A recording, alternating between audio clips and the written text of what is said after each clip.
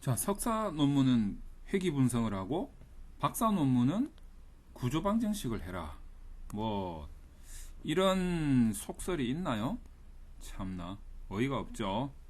우선 뭐 이런 말이 반드시 틀렸다라고 하기도 좀 그렇지만 절대 이게 맞는 거 아닙니다. 예를 들어서 뭐 그 우리 이제 학위 논문 준비하시는 분들이 뭐 요맘때쯤 지금 이제 4월이니까 뭐 4월 또는 이제 2학기 때는 한 10월 정도 되면 난리도 아니죠. 이제 뭐 교수님 지도 받으면서 이 가슴이 콩닥콩닥거리고 뭐 혼날까봐 뭐 교수님들도 이때 완전히 학생들 논문 지도한다고 엄청나게 바쁘시죠.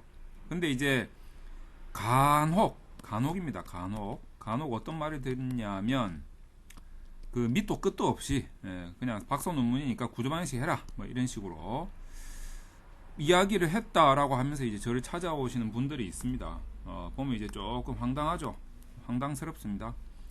석사 논문은 뭐 수준이 낮으니까 회귀 분석하고 박사 논문은 수준이 높으니까 구조 방식을 해라 뭐 이런 말도 안 되는 소리를 하는데 이런 게 아니고 뭐 정작 이렇게 박사 논문이니까 구조 방식을 해라 라고 해놓고 이제 교수님은 또 구조 방식을 잘 몰라요. 지도하시는 걸 보면 참 이제 보면 참 안타까운 부분들이 많이 있죠. 회귀 분석은 여러분들이 알다시피 독립 변수가 종속 변수에 영향을 미치느냐 이 두 변수 간의 관계를 보는 겁니다. 물론 이제 이게 1차 방정식이니까 1차 방정식 뭐 다들 아시죠? y는 a 플러스 bx라는 거. 이때 이제 이 x가 독립 변수에 해당되고 y가 종속 변수에 해당되죠. 이때 y는 하나밖에 없지 않습니까? 하나밖에 없으니까 종속 변수는 무조건 한 개씩만 들어가야 되고 x는 x1, b1, x1, b2, x2 이런 식으로 막 들어가다 보니까 독립 변수는 여러 개가 들어갈 수가 있죠.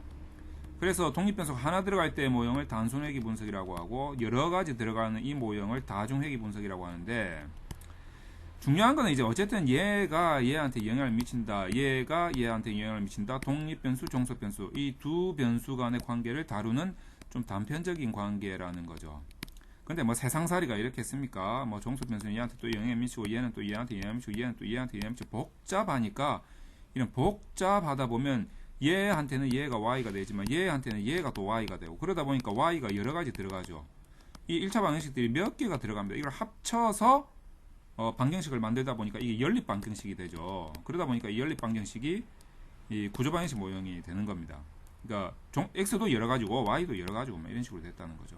그렇다가 어떨 때는 x가 y가 됐다가 뭐 이런 식으로 그러니까 이제 이게 단편적인 관계로 논문을 쓰다가 단편적인 관계에 대해서 논문을 쓰다 보니까 이게 이제 주로 회귀 분석을 했단 말이죠. 근데 이제 이런 분석을 할 수 있는 프로그램도 기술이 발전하면서 나날이 발전하기 시작했고 이런 논문들도 많이 나왔겠죠. 그러다 보니까 이것들의 어떤 추론에 의해서 좀 복잡한 모형들, 가설들, 문제 제기가 되다 보니까 이것들을 한꺼번에 만족하는 게 어떤 거냐면 이제 다별량의 구조적 관계.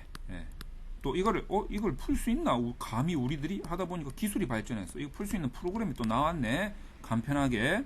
옛날 뭐 리즈레 같은 거는 언어로 풀기 때문에 전공자 아니면 좀 힘들었어요. 근데 에이모스 같은 경우에는 뭐 마치 그림판으로 딱딱 그리듯이 한단 말이죠. 그러니까 약간 통계 전공자가 아니더라도 배우면 할 수 있다. 이렇게 돼서 이제 좀 대중화가 된 거죠. 대중화.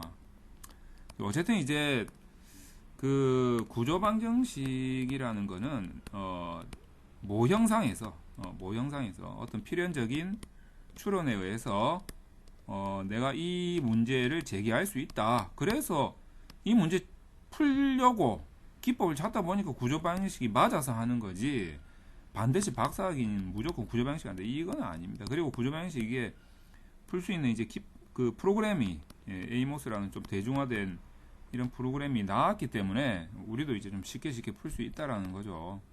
아마 이게 나중에 이제 지금 R 프로그램 같은 경우에 R 커맨드라든지 뭐 여러 가지 다양한 그 R 언어를 사용한 분석 프로그램들도 또 기법이 발전하면 이 에이모스가 또 R로 대체될 수도 있어요. R 프로그램으로. 그러니까 뭐 여러분들이 이 프로그램의 발달이 참 우리가 하게 되는 계기가 되는 것도 사실입니다. 그래서 이 에이모스는 또 풀려면은 에이모스를 사용하려면 요거는 데이터가 없어요. 데이터가 없기 때문에 데이터가 있는 뭐 엑셀이라든지 아니면은 무슨 그 SPSS라든지 이런 데이터가 들어있는 프로그램하고 연동을 시켜야 됩니다. 그러니까 에이모스를 하려면 기본적으로 이런 프로그램을 다룰 수 있어야 되겠죠. 이게 주로 이제 SPSS하고 많이 연동시키죠.